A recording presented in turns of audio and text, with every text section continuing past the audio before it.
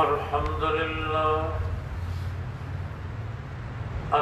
لله وكفى وسلام على عباده الذين اصطفى خصوصا على سيدنا ومولانا محمد المصطفى وعلى آله وأصحابه أجمعين أولي الصدق والصفاء.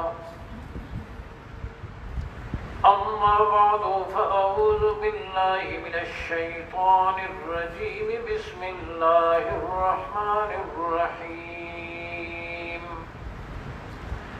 قل بفضل الله وبرحمته فبذلك فليفرحوا هو خير مما يجمعون. وقال تعالى وفي ذلك فليتنافس المتنافسون. وقال تعالى يا أيها الذين آمنوا اتقوا الله ولتنظر نفس ما قدمت لغد واتقوا الله إن الله خبير بما تعملون. آمنت بالله وصدق الله العظيم. اللهم صل على محمد وعلى آل محمد كما صليت على إبراهيم وعلى آل إبراهيم إنك حميد مجيد. اللهم بارك على محمد وعلى آل محمد كما باركت على إبراهيم وعلى آل إبراهيم إنك حميد مجيد. سارے حضرات محبت اور شوق سے درود شریف پڑھ رہے ہیں.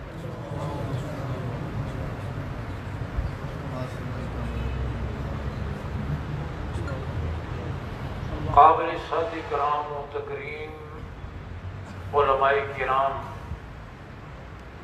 میزبان محترم، اس گلشن کی بہاروں کی نگہباں، پیکر اخلاص حضرت مولانا عبید الرحمان صاحب دامت فیضہم، عزیز محترم مبلغ اسلام حضرت مولانا مقصود احمد صاحب دامت برکاتہم، دیگر علماء کرام، قراء اعظام، گرامی قدر سامعین، میرے بزرگوں، بھائیوں، عزیزوں، رب ذوالجلال کی انگنت لازوال عظیم نعمتوں میں سے ایک نعمت رمضان مبارک کا مہینہ ہے جو اللہ نے زندگی میں ہمیں ایک بار پھر عنایت فرمایا ہے. جس مہینے کی آمد پر جنت کے دروازے کھل جائیں، جہنم کے دروازے بند ہو جائیں، سرکش شیاطین قید ہو جائیں، نوافل کا ثواب فرائض کے برابر اور فرائض کا ثواب 70 گنا ہو جائے، روزے داروں کے منہ کی بو اللہ کے نزدیک مشک سے زیادہ پسندیدہ ہو جائے، دریاؤں کی مچھلیاں تک ان کے لیے مغفرت کی دعا کریں. رب ذوالجلال عرش کے اٹھانے والے فرشتوں سے فرمائے فرشتوں رمضان کا مہینہ آ گیا ہے، تم اپنی اپنی تسبیح اور اپنی اپنی عبادت چھوڑ دو اور زمین پر جو میرے روزہ دار بندے دعائیں کریں ان کی دعاؤں پر آمین کہو.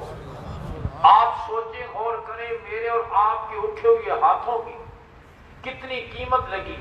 ہم مسجد کے کسی کونے میں، زمین کے کسی خطے میں، گھر کے کسی حصے میں بیٹھ کر دعا کر رہے ہوں اور آسمانوں پر نورانی مخلوق ہماری دعاؤں پر آمین کہہ رہی ہو.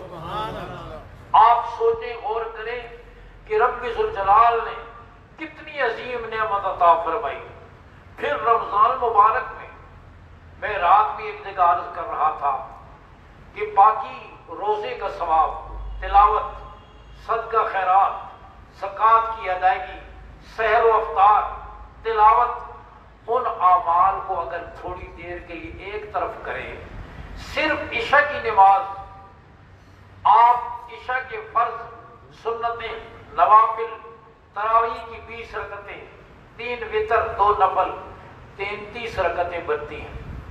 ان 33 رکعتوں میں آپ نے 33 رکوع کیے، 66 سجدے کیے، اور 99 تسبیحات آپ نے سبحان ربی العظیم کی آپ نے رکوع میں پڑھی، 198 تسبیحات آپ نے سجدے میں پڑھی سبحان ربی الاعلیٰ، اور ایک دفعہ سبحان اللہ پڑھیں تو اتنا ثواب ہے کہ اس زمین آسمان کے خلا کو پر کر دیتا ہے۔ آپ سوچیں کہ صرف تسبیحات پر، پھر قرآن مجید الحمد سے لے کر والناس تک آپ نے سنا، 5.25 لاکھ حروف تقریباً آپ نے سنے، ہر حرف پر نماز میں کم از کم 100 نیکیاں ملتی ہیں۔ اللہ نے آپ کے نامہ عمل میں کروڑوں اربوں نیکیوں کا اضافہ کر دیا، صرف عشاء کی ایک نماز پر۔ یہ تو ہمیں اندازہ نہیں کہ یہ ایک سجدہ کتنا قیمتی ہے، ایک تسبیح کتنی قیمتی ہے۔ آنکھ میں موتیا آ جائے نا تو ایک نقطہ ہوتا ہے، لیکن پھر ہمالیہ پہاڑ بھی نظر نہیں آتا۔ دل پر دنیا کی محبت کو موتیا آ جائے تو پھر سجدے کی کیا قیمت ہے ہمیں اندازہ نہیں ہوتا۔ جن کے دل منور ہوتے ہیں ان سے پوچھو۔ ایک بزرگ اللہ والے فرماتے ہیں اگر مجھے یہ اختیار دے دیا جائے کل قیامت کے دن کہ یا سجدے میں چلے جاؤ یا جنت میں چلے جاؤ، تو میں سجدے میں چلا جاؤں گا کہ جنت میں چلے جانا میرے نفس کی خوشی ہے، سجدے میں چلے جانا میرے رب کی خوشی ہے۔ آپ اندازہ کریں کہ ایک سجدہ کتنا قیمتی ہے، ایک تسبیح کتنی قیمتی ہے۔ تو ایک عشاء کی نماز کی ادائیگی پر اللہ نے ہمارے نامہ عمل میں کروڑوں نہیں اربوں نیکیوں کا اضافہ کر دیا۔ کہو الحمدللہ۔ میں اپنی مسجد میں کل پرسوں عرض کر رہا تھا کہ اگر میں یہ اعلان کر دوں نا کہ جب نماز پڑھ کر تم نکلو گے سینیٹائزر پر جہاں ہاتھ دھو گے تو ہر ایک چھوٹے بڑے کو 1-1 لاکھ روپے دے دیا جائے گا، تو پھر نہ کسی کو کرونا یاد آتا۔ ماں بھی کہتی پتر جاؤ تسی بھی جاؤ، کچھ نہیں ہوتا، اللہ کے گھر سے کچھ نہیں ہوتا۔ ہاں بابا جی کو بھی لے جاؤ، ایڈے بیمار نہیں ہے، یہ چلو کچھ نہیں ہوتا۔ ہاں آج دنیا کے ٹکوں کی قیمت ہے لیکن ان اعمال کی قیمت نہیں۔ دعا کرو اللہ یہ سجدے، یہ تسبیح، یہ تلاوت، یہ استغفار، یہ جھکنا، اللہ اپنے گھروں کی حاضری ہمیں سارا سال ساری زندگی نصیب کر دے۔ ہاں اور یہ نیت کریں کہ جیسے رمضان میں ہم آتے رہے انشاءاللہ سارا سال مسجدوں کی حاضری ہوتی رہے گی۔ یہ نہیں کہ عید کی نماز پڑھی اور پھر مولوی صاحب سے گلے ملے اور زبان حال سے کہہ دیا خیر ہوئی تو اگلے سال اتنی ملاقات ہو سکتی، اور اس کے بعد ایسے غائب ہوئے کہ سارا سال نظر نہ آئے۔ یہ نہیں، نیت کرو کہ سارا سال۔ ہاں 8 کے نمازی بھی نہیں بنیں گے۔ 8 کے نمازی پتہ ہے نا کیڑے؟ جمعے والے۔ 8 کے نمازی بھی نہیں بنیں گے۔ کون سا؟ جنازے دار۔ 8 کے نمازی، ہاں نئی پگڑی پہن کر اور مونچھوں کو تیل لگا کر ہے 3 صفحہ بنایا ہو، 3 نہیں بنیا 5 بنا لو۔ یہ وہ ہوتا ہے جس کو جنازے کی دعا بھی نہیں آتی ہوتی، اور یہ صرف حاضری لگانے کے لیے۔ تو 8 کے بھی نہیں، 8 کے بھی نہیں، اور 360 کے بھی نہیں۔ کون سی؟ عید کی۔ انشاءاللہ 5 وقت کے نمازی بنیں گے۔ پہلے تو یہ نیت کرو، اور یہ بندگی نماز ہائے ہائے پوچھو۔ امام الانبیاء صلی اللہ علیہ وسلم نماز میں کھڑے ہوتے ہیں، پنڈلیاں برف کھا جاتی ہیں، پاؤں سوج جاتے ہیں۔ آج مسلمان سب سے زیادہ جلدی میں مسجد میں ہوتا ہے، کسی دروازے پر دستک دو نا، ملک صاحب کدھر گئے؟ وہ دکانہ تے گئے جی، کس وقت کوئی پتہ نہیں، بہت دنوں تو بعد دکانہ کھولیاں، آج کل کوئی ٹائم نہیں، ہاں پتہ نہیں 10 بجے آنے 12 بجے آنے۔ اچھا جی دوسرے دروازے پر دستک دی، ہاں جی خان صاحب کدھر گئے؟ دفتر گئے، کب ہے کوئی پتہ نہیں جی، ہاں جانے کا ٹائم ہے، واپسی کا کوئی پتہ۔ تیسرے دروازے پر دستک دی، حاجی صاحب کدھر گئے؟ مسیتی گئے بیٹھو آ ہی رہے ہونے اتنی دیر نہیں لاتے، اور اگر کہیں دیر ہو بھی جائے نا تو گھر والے پہلا سوال یہی کرتے ہیں آج خیر نہیں کیوں دیر لائی نہیں؟ وہ باتوں نے ایک وقت کوئی مولوی صاحب آئے بڑی بڑی دیر لا چھوڑی تو میں تو آنا پہ ہوں، وہ تبلیغ والے آئے پہ زبردستی نب کی نے بندیا میں تو آنا پہ ہوں۔ آج مسلمان سب سے زیادہ جلدی میں مسجد میں ہوتا ہے، دعا کرو اللہ ہمارے اپنے گھروں کی محبت ہمارے دلوں میں پیدا کر دے اور مسجد سے تعلق نصیب فرما دے، مسجد سے تعلق نصیب فرما دے۔ اور یہ جو دن باقی ہیں اس میں اللہ رب العزت سے یہ مانگ لو کہ اللہ ہمیں جیسے رمضان میں تو نے قرآن پڑھنے کی، تراویح میں سننے کی توفیق دی، اس قرآن سے اللہ تو ہمیں تعلق نصیب فرما۔ آج امت مسلمہ کا تعلق اخبار سے، سوشل میڈیا سے، پرنٹ میڈیا سے آج تعلق ہے، قرآن سے تعلق نہیں۔ آج میڈیا کی خبروں پر یقین ہے، اللہ اور اس کے رسول کی خبروں پہ یقین نہیں۔ کچھ عرصہ پہلے اخبار میں چند سال پہلے کی بات ہے، اخبار میں خبر چھپی مرغیوں کو زکام ہو گیا، برڈ فلو ہو گیا، پوری قوم نے مرغی کھانا چھوڑ دی، پولٹری کی صنعت تباہ ہو کے رہ گئی۔ میں کہتا ہوں اگر اخبار کی خبر پہ مرغی کھانا چھوڑ دیتے ہو، قرآن کی خبر پہ سود کھانا کیوں نہیں چھوڑتے؟ قرآن کی خبر پہ رشوت کا مال کھانا کیوں نہیں چھوڑتے؟ قرآن کی خبر پہ وراثت میں بہنوں کا حق مارنا کیوں نہیں چھوڑتے؟ قرآن کی خبر پہ کم تولنا کیوں نہیں چھوڑتے؟ قرآن کی خبر پہ دھوکہ دینا کیوں نہیں چھوڑتے؟ دعا کرو اللہ ہمیں قرآن کی خبروں میں یقین نصیب فرمائے۔ اور میرے دوستو ایمان تو اسی کا نام ہے، ایمان والا یہ سمجھتا ہے سورج مشرق کی بجائے مغرب سے طلوع ہو سکتا ہے، آسمان ٹوٹ سکتا ہے، ستارے جھڑ سکتے ہیں، لیکن زبان نبوت سے نکلی خبر غلط نہیں ہو۔ امام الانبیاء صلی اللہ علیہ وسلم کے صاحبزادے کا انتقال ہوا، زوجہ محترمہ کچھ غمگین نظر آئیں۔ آپ صلی اللہ علیہ وسلم نے فرمایا تم اپنے بیٹے کی جدائی پر غمگین ہو اور تمہارا بیٹا اس وقت جنت کے خوشوں میں کھیل رہا ہے، اور تم چاہو تو میں تمہیں دکھا سکتا ہوں۔ زوجہ محترمہ عرض کرنے لگی حضور میں نہیں دیکھنا چاہتی، اس لیے کہ ہو سکتا ہے میری نظر دھوکہ کھا جائے، مجھے اپنی نظر پہ اتنا یقین نہیں ہے جتنا آپ کی خبر پہ یقین ہے۔ اسے کہتے ہیں ایمان، مجھے اپنی نظر پہ اتنا یقین نہیں جتنا آپ کی خبر پہ یقین۔ امام الانبیاء صلی اللہ علیہ وسلم تشریف لے جا رہے ہیں، ادھر دیکھیں آخر تے انشاءاللہ تساں 5 منٹ دیساں چنگی طرح ایک دوسرے ویکھ کے لو، پھر آلے ادھر میں پیٹی تو تساں ویکھ کھڑا ہے، تساں اور دیکھ کے حضور صلی اللہ علیہ وسلم تشریف لے جا رہے ہیں، راستے میں ایک بدو ملا، کہنے لگا حضور آپ نے مجھ کافر تھا مسلمان نہیں، کہنے لگا حضور آپ نے مجھ سے اونٹنی خریدی تھی اس کی رقم نہیں ملی؟ آپ نے فرمایا میں نے تو ادا کر دی تھی۔ کہنے لگا ادا کر دی تھی تو کوئی گواہ؟ پیچھے ایک صحابی حضرت خزیمہ رضی اللہ تعالیٰ عنہ تشریف لا رہے ہیں، ان کے کان میں آواز پڑی کہ حضور فرما رہے ہیں میں نے رقم ادا کر دی۔ فوراً کہنے لگا حضور میں گواہی دیتا ہوں آپ نے رقم ادا کر دی تھی۔ یہ سن کر وہ بدو تو چلا گیا۔ آپ نے فرمایا میرے جان نثار جب میں نے رقم ادا کی تھی تم تو موجود نہ تھے، پھر تم نے کیسے گواہی دے دی کہ میں نے رقم ادا کر دی؟ صحابی کا جواب سنے، اسے کہتے ہیں ایمان۔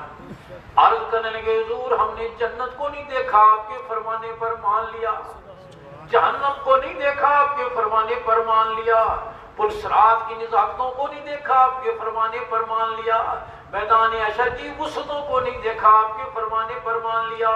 آقا جب ہم نے بن دیکھے آسمان کے اوپر کی خبروں میں آپ کی تصدیق کر دی تو بن دیکھے زمین کے اوپر کی خبروں میں کیوں نہ تصدیق کریں؟ امام الانبیاء صلی اللہ علیہ وسلم نے تصدیق کی یہ بلندی، ایمان کی یہ معراج دیکھی، نقد تمغہ دیا اپنے جان نثار کو، من شہد لو خزیمہ فہو حسبو۔ آج سے ہر مقدمے اور معاملے میں اکیلے خزیمہ گواہی دے دیں تو دوسرے گواہ کی ضرورت نہیں۔ دعا کرو اللہ میں قرآن کی خبروں میں یقین نصیب فرمائے۔ پہلی تعلیم یہی ذالک الکتاب لا ریب فیہ، اس میں کوئی شک بولو سود سے قرآن کہتا ہے یمحق اللہ الربا ویربی الصدقات، اللہ سود کو مٹاتا ہے اور صدقات کو بڑھاتا ہے، اس میں کوئی شک نہیں۔ بولو لعنت اللہ علی الکاذبین، جھوٹوں پر اللہ کی لعنت، اس میں کوئی شک نہیں۔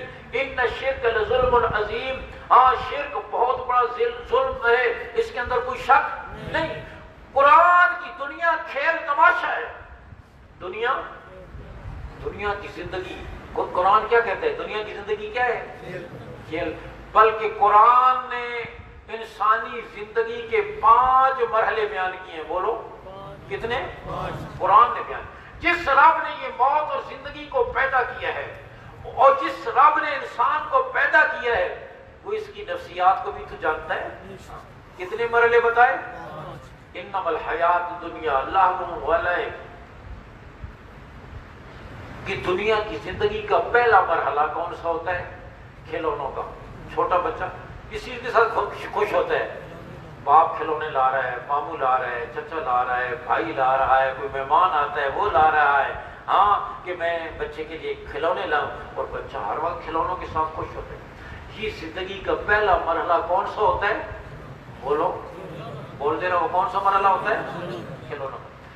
دوسرا مرحلہ لہو، دوسرا مرحلہ اس سے ذرا بڑا ہوتا ہے، اب وہ کھلونوں کو چھوڑ کر کھیل کی طرف جاتا ہے، اب وہ بیٹ خریدتا ہے، اب وہ بلہ خریدتا ہے، اب وہ بال خریدتا ہے، اب وہ ٹیموں میں جاتا ہے، اب وہ گلیوں کے اندر ڈنڈے ٹھوک کر جو ہے وہ کرکٹ کھیلتا ہے۔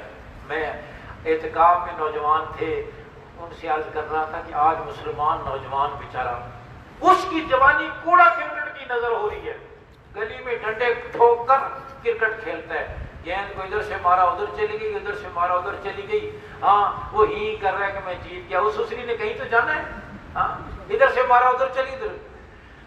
تو تب خوش ہوتا کشمیر میں تیری بہن بیٹیوں کی عزت محفوظ ہو جاتی، تیری جوانی وہاں لگتی، تو پھولوں والی قمیص پہن کر کان میں مرکیاں ڈال کر اور باجی بن کر اور کرکٹ کھیل کر تو خوش ہو رہا ہے۔ دعا کرو اللہ ہمیں ہمارے جوانوں کو جوانی کی قدر نصیب فرمائے۔ تو پہلا مرحلہ میں نے عرض کیا کھلونوں کا، اس سے ذرا بڑا ہوتا ہے تو قرآن کہتا ہے لہو، کھیل کا۔ اس سے پھر اگلا مرحلہ آتا ہے، قرآن کیا کہتا ہے؟ زینت۔ اب اس کو خوبصورت بننے کا شوق ہے، اب یہ پھولوں والی قمیص پہنتا ہے، ہاں کانوں میں مرکیاں ڈالتا ہے، پیچھے گت بناتا ہے، ہاں اور وہ بیل کے سینگ جیسی لمبے لمبے جوتے پہنتے ہیں، بڑی بڑی نوک والے، اس کو خوبصورت بننے کا شوق ہے۔ دور سے آتا ہوا پتہ نہیں چلتا سکینہ آ رہی ہے، یہ غلام رسول آ رہا ہے، ہاں کہ بھائی میں خوبصورت لگی۔ کبھی بالوں کو ادھر سے ڈیزائن بناتا ہے، کبھی ادھر سے بناتا ہے، کبھی ادھر سے سفید کرتا ہے، کبھی رنگ، اس کو شوق ہے کہ میں اچھا لگوں، خوبصورت لگوں۔ یہ کون سا مرحلہ ہے؟ بولو، پہلا مرحلہ ہے کھلونوں کا، دوسرا مرحلہ آیا، تیسرا مرحلہ زینت کا، اور چوتھا مرحلہ تفاخر کا، تفاخر کہ میں اب اس کو مال کمانے کا شوق ہے کہ میں پورے خاندان میں پتہ چلے کہ طارق محمود کے پاس اتنا مال ہے، یہ پلازے بناتا ہے، ایکسپورٹ امپورٹ کرتا ہے، گاڑیوں کا کاروبار، پتہ چلے کہ خاندان میں اس کے پاس اتنا مال ہے، تفاخر کا۔ یہ کون سا مرحلہ ہے؟ چوتھا۔ اور پانچواں آخری مرحلہ وتکاثر بین الاموال فی الاموال والأولاد، بیٹھا ہوا کرسی رکھ کر، ہاں اللہ کا شکر ہے جی، پی ایچ اے کی کوٹھی بڑھا کے دی، ہاں بیریا ٹاؤن بھی ہے، اسلام آباد بھی تھریٹ میں اچھے لگا بھی، ہاں جی پلازا بڑھا کے تھا، ایک پتر امریکہ چلا گیا، ایک برطانیہ چلا گیا، اللہ کا شکر ہے۔ اب یہ بیٹھا ہوا تسبیح پڑھ رہا ہے، یہ بھی ہے، یہ بھی ہے، یہ بھی ہے، یہ بھی ہے، نہ ٹانگیں کام کرتی ہیں، نہ اٹھ سکتا ہے، نہ گھٹنے بھی جواب، لیکن بیٹھا ہوا اللہ کا شکر جی۔ دو چار اور بھی آ جاتے ہیں بوڑھے بوڑھی ریٹائر، ہاں اور پھر اس کی تسبیح پڑھ رہا ہے، یہ بھی ہے، یہ بھی ہے، اور پھر یہی تسبیح پڑھتے پڑھتے سب کو چھوڑ کر دنیا سے چند دن اولاد یاد کرے گی، ہاں باپ بڑا اچھا تھا، اور ملنے جلنے والے کہیں گے بہت اچھی زندگی گزار گیا، بڑا بااخلاق تھا، دوستی نبھانے والے تھا۔ اس کے بعد کیا ہوگا؟ وَبَعْدَ ذَلِكَ لَا يَدْرُونَ مَا فَقَدُوا وَهَمُّهُمْ فِي اِقْتِسَامِ الْإِرْثِ بِالْجَدَلِ۔ چند دن اولاد یاد کرے گی، اور کرو ہم کہاں جا رہے ہیں، کیا حیثیت ہے، وقائل منهم قد كان خير وبن وقائل منهم قد كان خير ولی. اولاد کہے گی باپ بڑا اچھا تھا، ہمارے لیے بڑا تھکا، بڑی محنت کی، بہت کچھ بنایا. اور دوست کہیں گے بڑا وفا تھا، دوستی نبھانے والا تھا. وبعد ذلك لا يدرون ما فقدوا وهم في اقتسام الارث بالجدل. اس کے بعد نہیں جانیں گے کہ کون دنیا سے چلا گیا. جھگڑوں کے ساتھ میراث کی تقسیم میں لگ جائیں گے. ایک بیٹا کہے گا یہ پلازا میرا، دوسرا کہے گا یہ دکان میری، ایک کہے گا زمین میری، دوسرا کہے گا میری. تیری قبر کے نشان کو بھی بھول جائیں گے. سوچ غور کر، ساتھ جانے والا سرمایہ جمع کر. تو نیت کرو کہ انشاءاللہ جیسے رمضان میں ہم قرآن پڑھتے رہے، سنتے رہے. پہلی بات یہ عرض کروں، نیت کرو سارا سال اپنا بھی اور اپنی اولادوں کا تعلق بھی انشاءاللہ قرآن کے ساتھ جوڑیں گے. یہ نیت کر کے جاؤ یہاں سے. آج میں نے عرض کیا امت مسلمہ کا قرآن سے تعلق نہیں رہا. کوئی دور تھا کہ عام مسلمان دیہات کا رہنے والا بدو اسمعی رحمہ اللہ لغت کے بہت بڑے امام گزرے، تلاوت کر رہے ہیں. تلاوت کرتے کرتے قرآن کی اس آیت پر پہنچے. ایک بدو دیہاتی پاس بیٹھا ہوا ہے، یہ تلاوت کر رہے ہیں. تلاوت کرتے کرتے اس آیت پر پہنچے والسارق والسارقۃ فاقطعوا ایدیہما جزاء بما کسبا نکالا من اللہ واللہ غفور رحیم. یہ آیت پڑھی، بدو چونک گیا، کہنے لگا لمن ھذا الکلام، یہ کس کا کلام ہے؟ اسمی نے کہا اللہ کا. یہ اللہ کا کلام نہیں ہے. پھر پڑھے، انہوں نے پھر پڑھا والسارق والسارقۃ فاقطعوا ایدیہما جزاء بما کسبا نکالا من اللہ واللہ غفور رحیم. بدو پھر کہنے لگا کس کا کلام ہے؟ کہا اللہ کا. یہ اللہ کا کلام نہیں ہے. پھر پڑھے، انہوں نے پھر پڑھا والسارق والسارقۃ فاقطعوا ایدیہما جزاء بما کسبا نکالا من اللہ واللہ عزیز حکیم. اس نے کہا یہ اللہ کا کلام ہے. پہلے غلطی سے انہوں نے غفور رحیم پڑھ دیا تھا، پھر ٹھیک کر کے پڑھا عزیز الحکیم. کہا یہ اللہ کا کلام ہے. انہوں نے پوچھا تو عالم ہے؟ کہا نہیں. حافظ ہے؟ کہا نہیں. کہا پھر تجھے کیسے غور کرو امت مسلمہ کی عام آدمی دیہات کا رہنے والا، جنگل کا رہنے والا بدو، اس کا قرآن کے ساتھ کتنا تعلق ہے. آج تو وزیر صاحب تقریر کرتے کہتے ہیں پڑھو درود شریف اللہ علیہ وسلم. اس کو سورہ اخلاص نہیں آتی، اس کو قرآن کے پاروں کی تعداد معلوم نہیں. جس کو پڑھا لکھا کہا جاتا ہے، ایجوکیٹڈ کہا جاتا ہے، اس کا یہ حال ہے. انہوں نے کہا پھر تجھے کیسے پتہ چلا کہ یہاں غفور رحیم نہیں ہونا چاہیے، عزیز حکیم ہونا چاہیے؟ اس نے کہا مضمون دیکھو نا، رب کہہ رہا ہے چوری کرنے والا مرد اور چوری کرنے والی عورت دونوں کے ہاتھ کاٹ کر عبرتناک سزا دو. اگر معاف کرنا ہوتا تو ہاتھ کاٹنے کا حکم کیوں دیتا؟ اس مضمون کا جوڑ ہی نہیں بنتا، غفور رحیم کے ساتھ پچھلے مضمون کا جوڑ ہی نہیں بنتا. اس لیے میں سمجھ گیا کہ یہاں غفور رحیم نہیں ہونا چاہیے، عزیز الحکیم ہونا چاہیے کہ وہ غالب حکمت والا ہے. ایک کا ہاتھ کٹے گا تو کتنے ہاتھ محفوظ ہو جائیں گے، کتنے مال محفوظ ہو جائیں گے.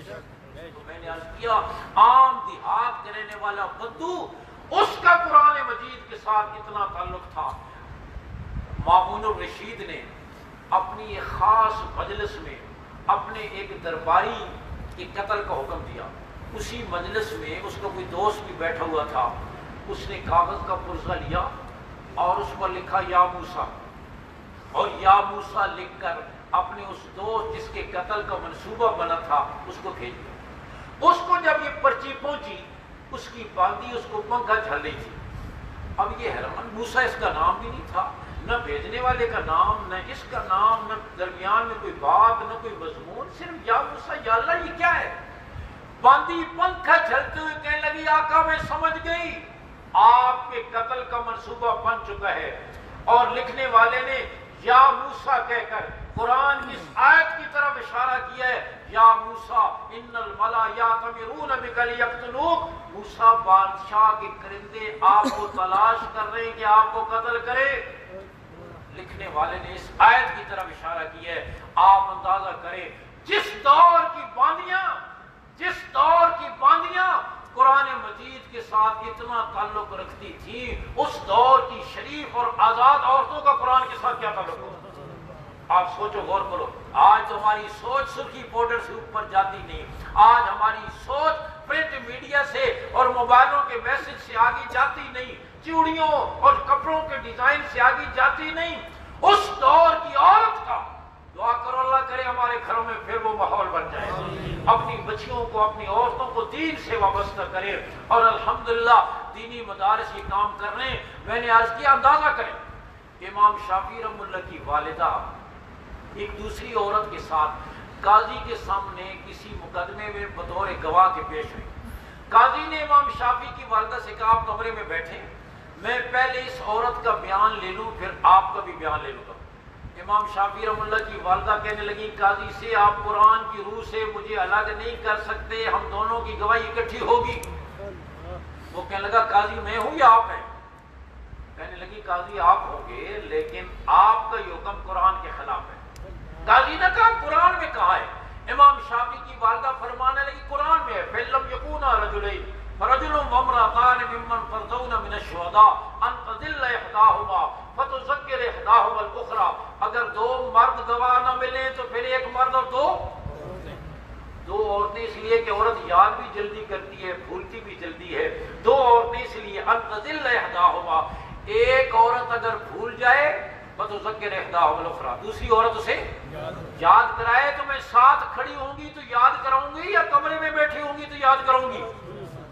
آپ اندازہ کریں عورت کا قرآن مجید کے ساتھ کتنا تعلق۔ دعا کرو اللہ ہمیں اور ہم اپنی اولادوں کو قرآن کے ساتھ تعلق جوڑنے کی توفیق نصیب فرمائے۔ میں کہا کرتا ہوں، قرآن عظمت والا، جو قرآن کے ساتھ جڑ گیا وہ بھی عظمت والا۔ میں رمضان سے ایک دن پہلے پنڈی لیاقت باغ کے سامنے مسجد ہے، وہاں کیا جلسہ تھا، ایک قاری صاحب نے تلاوت کی، بڑی خوبصورت تلاوت، لیکن پھٹے پرانے سے کپڑے، خستہ سی حالت، غربت ٹپک رہی تھی قاری صاحب کے لباس سے، اور بڑی خوبصورت تلاوت کی۔ میں نے بعد میں بیان میں کہا، کل پہلی تراویح ہے، ادھر آپ کی یہ قاری صاحب بھی آ جائیں پھٹے پرانے کپڑوں والے، وزیر اعظم آ جائیں، وزرائے اعلیٰ آ جائیں، ممبران اسمبلی آ جائیں، چیمبر آف کامرس صدر آ جائے، کمشنر آ جائے، ڈپٹی کمشنر آ جائے، قاری صاحب کو مصلے پر کھڑا کرو گے یا انہیں کھڑا کرو گے؟ تھوڑا کی خیال ہے کہ تھوڑی نہ گال ہوگی تو ہاں، میں نے کہا یہ پھٹے پرانے کپڑوں والا قاری صاحب مصلے پر، وہ سارے پیچھے، یہ اللہ اکبر کہیں گے تو اللہ اکبر کہیں گے، یہ رکوع میں جائیں گے تو رکوع میں جائیں گے، یہ سجدے میں جائیں گے تو سجدے میں جائیں گے، یہ سجدے سے سر اٹھائیں گے تو سجدے سے سر اٹھائیں گے۔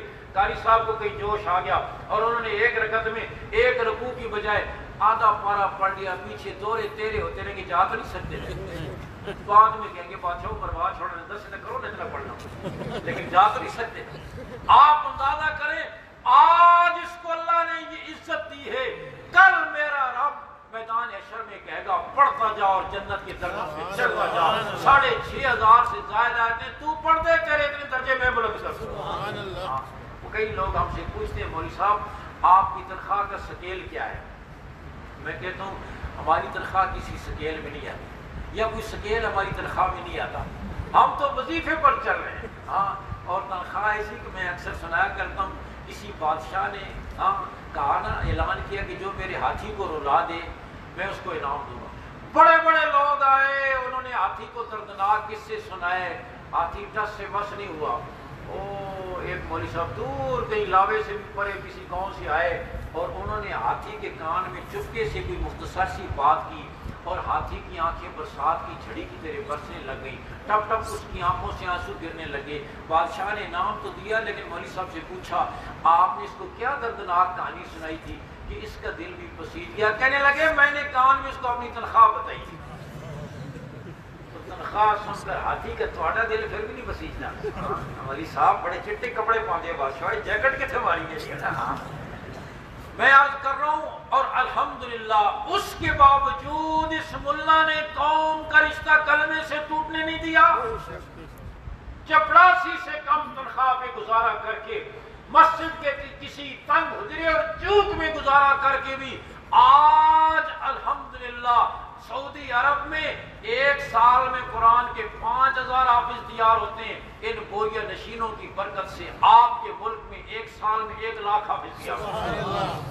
تو الحمدللہ الحمدللہ اس قرآن مجید سے تعلق جن کا جڑا، آج دنیا میں بھی اللہ نے انہیں عزت دی، اور کل میدان حشر میں بھی یہ پڑھتے جائیں گے اور جنت کے درجے پر. حضرات صحابہ کرام پھٹے پرانے کپڑوں والے، اونٹ کی اوجروں کا پانی پینے والے، گویا انسانی ڈھانچوں میں حیوان پل رہے تھے قرآن کے نازل ہونے سے پہلے، حضور کی غلامی میں آنے سے پہلے. قرآن سے تعلق جڑا، صاحب قرآن صلی اللہ علیہ وسلم کی غلامی میں آئے تو پھر کتنے اونچے ہوئے. غور کرو، قرآن کی آیت نازل ہوئی صدقے کی ترغیب دینے کے بارے میں. من ذا الذی یقرض اللہ قرضا حسنا، کون ہے جو اللہ کو قرض حسنا دے؟ اللہ کا ہی مال ہے اور وہ قرض سے تعبیر کر رہا ہے کہ جیسے قرض کی واپسی ضروری ہوتی ہے، اللہ نے اس کو قرض سے تعبیر کی. یہ آیت نازل ہوئی. صدیق اکبر رضی اللہ عنہ گئے، مشرکین کا تھنک ٹینک بیٹھا ہوا تھا. صدیق اکبر رضی اللہ عنہ دیکھ کر ایک مشرک نے کہا نعوذ باللہ مسلمانوں کا خدا فقیر ہو گیا، قرضے مانگنے شروع کر دیے. یہ کہا اور صدیق اکبر نے رکھ کے ایک تھپڑ پوری قوت سے اس کے منہ پر رسید کیا، تھپڑ مار کر واپس آ گئے. وہ مشرک بھی شکایت لے کر پیچھے پیچھے آ گیا، حضور صلی اللہ علیہ وسلم کی مجلس میں پہنچا اور آ کر کہا ابو بکر نے مجھے تھپڑ مارا ہے. آپ اپنے شاگردوں کے مزاج سے اچھی طرح واقف تھے. آپ نے فرمایا ابو بکر نے نہیں مارا ہوگا، عمر نے مارا ہوگا. نہیں حضور میں نے تھپڑ کھایا، اچھی طرح پہچانا ہے، ابو بکر نہیں مارا ہے. کیوں ابو بکر؟ جی حضور اس نے میرے رب کی شان میں گستاخی کی اور میں نے تھپڑ مارا. آپ صلی اللہ علیہ وسلم کا انصاف دیکھیں نبوت کا. ایک طرف یار غار ہے، دوسری طرف دشمن ہے. آپ نے فرمایا ابو بکر کوئی گواہ لاؤ، اس نے رب کی شان میں گستاخی کی. حضور مجلس ساری مشرکین کی تھی، مسلمان تو وہاں کوئی تھا نہیں، گواہ کہاں سے لاؤ؟ آپ نے فرمایا ابو بکر جو بھی ہے ضابطہ یہی ہے، گواہ لانا پڑے گا. صدیق اکبر سوچوں میں گم، قریب تھا کہ حضور اس مشرک کو اجازت دیتے اور وہ بدلہ لے لیتا کہ رب ذوالجلال نے آسمانوں پہ جبریل امین سے فرمایا جبریل جلدی پہنچ، جبریل جلدی پہنچ. اگر زمین والوں میں ابو بکر کی گواہی دینے والا کوئی نہیں تو آسمانوں پر رب جو موجود ہے. اگر زمین والوں میں ابو بکر کی گواہی دینے والا کوئی نہیں، آسمانوں پر رب جو موجود ہے. قد سمع اللہ قول الذین قالوا ان اللہ فقیر ونحن اغنیاء.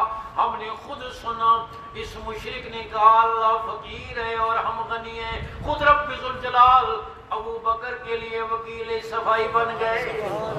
کتنی عظمتیں، کتنی بلندیاں اس قرآن مجید کے ساتھ تعلق کی وجہ سے نصیب ہوئی. دعا کرو اللہ ہمیں اس قرآن سے تعلق نصیب فرمائے، پڑھنے کی توفیق دے، ہمارے گھروں میں قرآن روز کھلے، اپنی اولادوں کو قرآن سکھانے کی اللہ ہمیں توفیق دے. میں کہا کرتا ہوں کہ مسلمان تو مسلمان، کافر اس قرآن کو سنتا ہے اس کا دل پسیج جاتا ہے، زنگ اتر جاتا ہے، کفر کافور ہو جاتا ہے، اندھیرے چھٹ جاتے ہیں. امیر شریعت سید اللہ شاہ بخاری رحمہ اللہ فرماتے 1930 میں ہندوستان کی ڈمڈم جیل میں تھا. جیل والوں نے رات کو مجھے سزا کے طور پر چکی پہ بٹھا دیا، دانے پیسنے کے لیے دے دیے.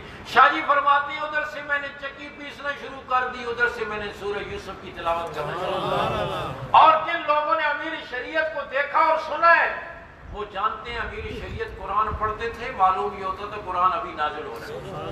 نہرو جیسا ہندو ایک پاؤں پہ کھڑے ہو کر پوری رات شاہ جی کا قرآن سنتا تھا. شاہ جی فرماتے ہیں ادھر سے میں نے سورہ یوسف پڑھنا شروع کی، ادھر سے چکی پیسنا شروع کر دی. شاہ جی فرماتے ہیں رات کا سناٹا، چاند کی چاندنی، کوٹھڑی کی خلوتیں، جیل کی سلاخیں، قرآن کی حلاوتیں. ادھر سے میں نے چکی پیسنا شروع کی، ادھر ساری دنیا سے کٹ کر میں نے سورہ یوسف کی تلاوت کرنا شروع کی. چکی پیستا چلا گیا، تلاوت کرتا چلا گیا، یہاں تک کہ پون گھنٹہ گزر گیا. پون گھنٹے کے بعد میری پیٹھ پر کسی نے ہاتھ رکھا. میں نے پلٹ کے دیکھا، جیل کا انگریز سپریڈنٹ کھڑا ہوا، ساروں کا تار ہو رہا ہے اور کہتا ہے اللہ شاہ بخاری بس کر، تجھے تیرے نبی کا واسطہ ایک آیت بھی اور پڑھی میرا کلیجہ پھٹ جائے گا. پون گھنٹے سے میں کھڑا ہو رہا ہوں، اب تو میرے اندر رونے کی سکت بھی نہیں ہے. میں تجھے تیرے نبی کا واسطہ دیتا ہوں، بس کر، ایک آیت بھی اور پڑھی میرا کلیجہ پھٹ جائے گا. نیت کرو ہمارے گھروں میں قرآن روز کھلے گا انشاءاللہ. کیونکہ مسلمان کا گھر ہے، جس میں ٹی وی کھلے، اخبار پڑھی جائے، سوشل میڈیا اور فیس بک کھلے اور قرآن نہ کھلے، نیت کرو کہ انشاءاللہ قرآن روز ہمارے گھروں میں کھلے گا، ہم اس کی تلاوت کریں گے اور اپنی اولادوں کا تعلق بھی انشاءاللہ اپنی اولاد میں سے رمضان کی مبارک راتیں ہیں اور قبولیت کی راتیں ہیں، نیت کر لو کہ انشاءاللہ اپنا کوئی بیٹا پوتا بھانجا بھتیجا نواسا عزیز انشاءاللہ کسی کو قرآن کا حافظ بنا کر اپنی آخرت کا سرمایہ اور آخرت کا سہارا بنائیں گے۔ کس کس کی نیت ہے؟ ماشاءاللہ ماشاءاللہ، تو مولانا بزرگ نے ساری تیار ہو گئی، پڑھا دے سو سارے ماشاءاللہ، ماں تو تیار ہے، سب کی پکی نیت ہے۔ اور پھر اگلی بات میں یہ کہتا ہوتا ہوں کہ گھر جاؤ نا جڑے بن کے جائے، ہر جو ہوم سیکرٹری بیٹھا ہوا ہے نا تو ایک دبکہ مارے گی، تو چلا جی استاد چلے یہ خاصی کے تھا۔ اور یہ بھی میں بتا دوں، ہم نے ارباب حکومت سے آئے دن ہمارے مذاکرات چلتے رہتے ہیں، ہم نے انہیں بارہا کہا، تمہارے انجینئروں نے گڈیریاں بیچی ہیں، بے روزگاروں نے جوتے پالش کیے ہیں، سائنسدانوں نے ریڑیاں لگائی ہیں، حالات سے تنگ آ کر خودکشیاں کی ہیں۔ آج تک کسی حافظ قاری مولوی نے بھوک سے تنگ آ کر خودکشی کی ہے؟ بولو تھوڑے علم سے بھی ہوئے۔ یہ تو ہو سکتا ہے زیادہ کھانا کھانے مر گئے ہو، حضرت صاحب نظری 40ویں پر جان دے دی ہو، شہید ہو گئے ہو، لیکن یہ میرے رب کی غیرت کے خلاف ہے۔ اے ایپل سی کیٹ ڈی ڈاگ پڑھانے والے سکول ٹیچر کو میرا رب پالے اور ذالک الکتاب لا ریب فیہ پڑھانے والے کو نہ پالے، اتنی عزت سے پالتا ہے آپ اس کا تصور نہیں کر سکتے۔ میں تو کہا کرتا ہوں ہمارے ہاں تو جو بکرے آتے ہیں وہ بھی لینڈ کروزر پر چڑھ کر آتے ہیں۔ صبح سیٹ صاحب نے گاڑی نکالی، آگے گئے، درز ہوا، ٹائر پھٹ گیا، ڈرائیور سے پوچھا صدقہ نہیں کی تھی؟ کہتے نہیں، یاد ہی نہ، چل بکرا لے گاڑی میں ڈال، سیدھا مدرسے پہنچ، گاڑی رکتی ہے، دروازہ کھلتا ہے، بکرا بڑی شان سے نیچے اترتا ہے، طالب علموں کی خدمت میں پہنچا۔ یہ کوئی مسئلہ ہی نہیں ہے۔ اس لیے نیت کرو کہ انشاءاللہ اپنی اولادوں کا تعلق بھی قرآن کے ساتھ جوڑیں گے۔ اور پھر ایک اور بات میں آپ سے پوچھتا ہوں، وہ آپ نے بتانی ہے صحیح، میرے اور آپ کے مرنے کے بعد جس شوق سے ہمارا اپنا بیٹا پوتا بھانجا بھتیجا نواسا آپ کے لیے قرآن پڑھے گا، کوئی دنیا کا مولوی پڑھے گا؟ مولوی کو کیا پڑھیے، تیرے دادے کے لیے مغل مارتا پھرے، جائیدادیں مارکیٹیں، ہاں وہ لے چاولہ کی پلیٹ میں بھی مغل مارتا پھرے، پاگل ہوا۔ اور یہ جو تم ٹھیکے پر بلاتے ہو نا، 2 ادھر سے 4 ادھر سے، یہ 10 بھر کے اکٹھے ہی پلٹتے ہیں۔ ہاں یہ اپنے شعبے کی کمزوری بتاتا کوئی نہیں، لیکن میں بتا رہا ہوں۔ اب ہم نے پنڈی میں ریت منگوائی، ٹرک، ہمارے حافظ صاحب کہنے کا ریت ناپیں گے، تسی 10 دے 3 سینکڑے آتے 2 سینکڑے، آپ نے کہا آپ کی ناپ کے نو پر کرنے تو تسی بھی سر 10 دے پورا قرآن پڑھتے بھی سپارے ہے یا نہیں؟ سب کو پتہ ہے کہ کیا ہوتا ہے، خود پڑھا نہیں، بیٹی پڑھی نہیں، پوتا پڑھا نہیں، نواسا پڑھا نہیں، کون تیرے لیے پڑھے گا؟ اس لیے نیت کرو، پکی نیت کرو کہ انشاءاللہ اپنی اولادوں کا تعلق قرآن کے ساتھ سب سے پہلے قرآن سے تعلق جوڑو۔ بے شک ڈاکٹر بناؤ، انجینئر بناؤ، اچھا تاجر بناؤ، کہ اسلام نے منع تو نہیں کیا، لیکن سب سے پہلے مسلمان تو بناؤ، اس کا تعلق قرآن سے تو جوڑو، آپ کا جنازہ پڑھنے کے قابل تو ہو۔ اس لیے اس کا ہم اہتمام کریں کہ اپنا تعلق بھی، اپنی اولادوں کا تعلق بھی قرآن کے ساتھ جوڑیں، سارا سال انشاءاللہ اللہ کے گھروں میں حاضری دیں گے۔ اور آخری بات کہہ دوں دوستو، یہ تھوڑا سا وقت رہ گیا ہے، آج 28ویں رات ہے، ایک آدھ رات اور ہوگی، تھوڑا سا وقت رہ گیا۔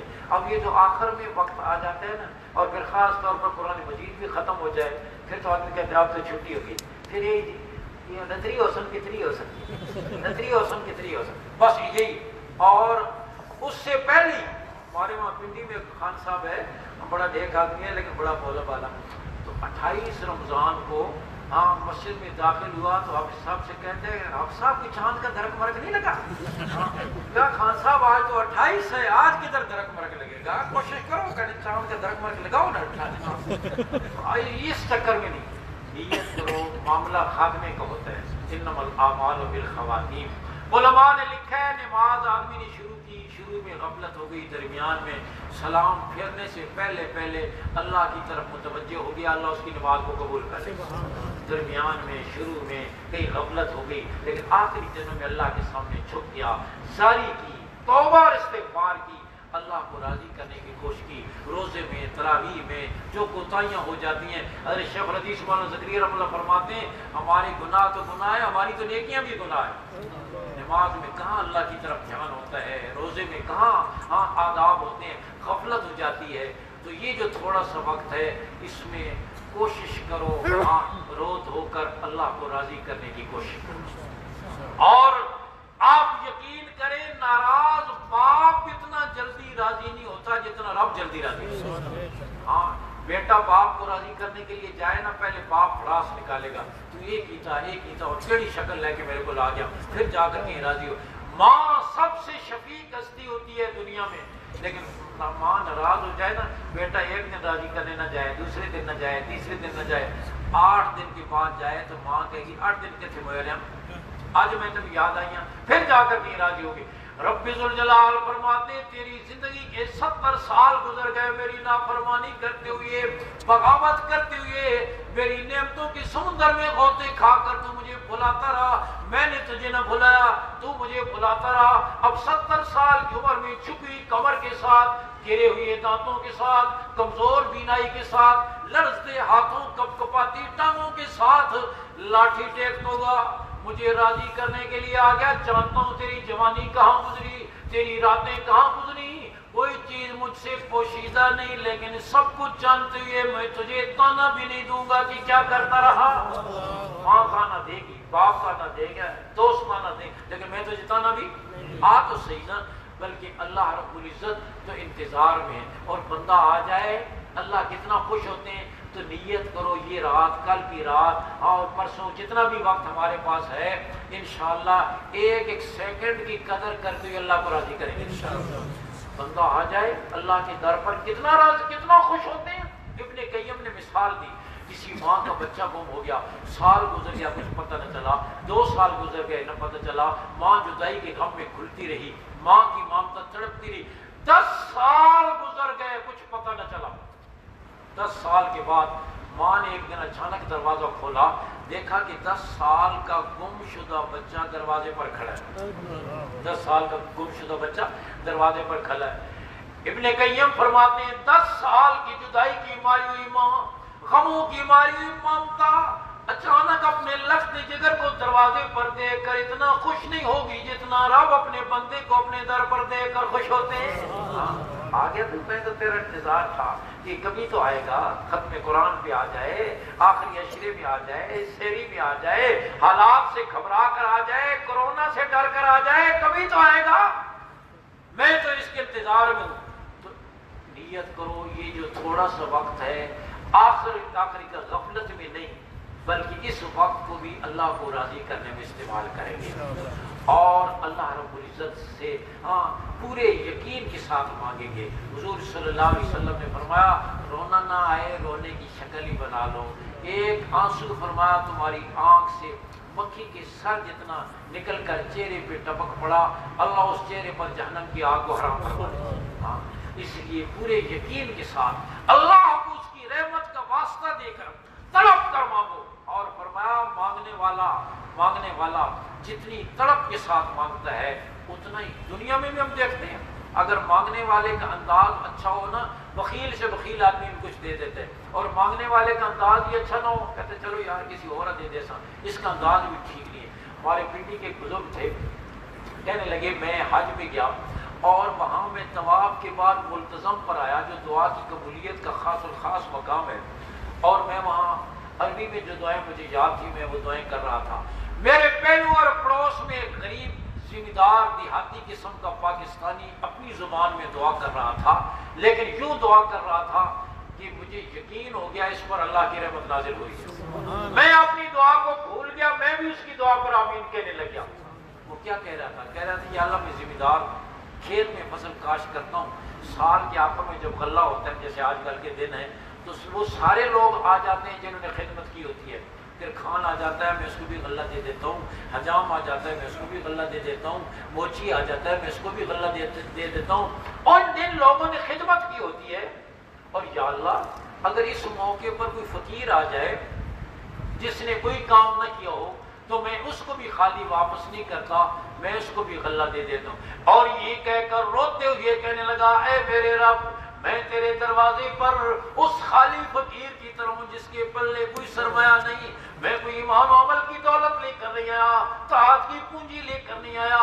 اے اللہ، اگر میں بندہ ہو کر اپنے دروازے پر آنے والے فقیر کو خالی واپس نہیں کرتا تو شہنشاہ ہو کر اپنے دروازے پر آنے والے فقیر کو کیسے خالی واپس کرے گا؟ یہ کہا اور زاروں خطاب ہویا، کہا میں اپنی دعا کو چھوڑ کر میں بھی اس کی دعا پر آمین کہنے لگ گیا۔ مجھے یقین ہو گیا اس پر اللہ کی رحمت نازل ہوتی ہے۔ مانگنے والے کیسے کیسے مانگتے ہیں۔ ہاں، امیر شریعت سید اللہ شاہ بخاری رحمۃ اللہ کے صاحبزادے کہتے ہیں میں مطاف میں بیٹھا ہوا تھا، دیکھا ملتزم کی طرف سے ایک پٹھان روتا ہوا آ رہا ہے۔ میں نے کہا پٹھان اور رونا یہ دونوں متضاد چیزیں ہیں۔ میں نے کہا خان صاحب خیریت تو ہے؟ کہنے لگا بس آج ادھر ایک بات کی ہے، کہیں بیت اللہ کا غلام پکڑا ہوگا تو کہنے لگا اللہ تعالیٰ کے گریبان میں ہاتھ ڈالا ہے اور ایک بات کی ہے، یا اللہ ہم پشاور سے آئے اور تجھے پتہ ہے پشاور بہت دور ہے اور پھر واپس بھی پشاور جانا ہے اور آیا اس لیے کہ تو ہمارے گناہوں کو معاف کر دے، نہیں معاف کرے گا تو مدینے جا کر تیرے حبیب سے تیری شکایت کرو۔ کہنے لگے میری چیخیں نکل گئی، یہ لوگ کیسے کیسے جتن کرتے ہیں مغفرت کے لیے گناہوں کی۔ تو میرے دوستو، اللہ رب العزت کو کے سامنے عاجزی سے، زاری سے، کہ اس کے بغیر، اس کو راضی کیے بغیر، اس کی معافی کے بغیر ہمارا گزارا نہیں۔ تو یہ جو تھوڑا سا وقت ہے، اس وقت کو بھی بہت قیمتی بناتے ہوئے اللہ رب العزت سے معافی مانگنا، توبہ اور استغفار کا اہتمام کرنا اور یہ توفیق مانگنا کہ اے اللہ سارا سال، ساری زندگی مجھے اور میری اولاد کو اور پوری امت مسلمہ کو دین پر چلنے کی توفیق دے دے۔ کریں گے انشاءاللہ۔ وآخر دعوانا الحمدللہ رب العالمین۔ دعا کر لیں۔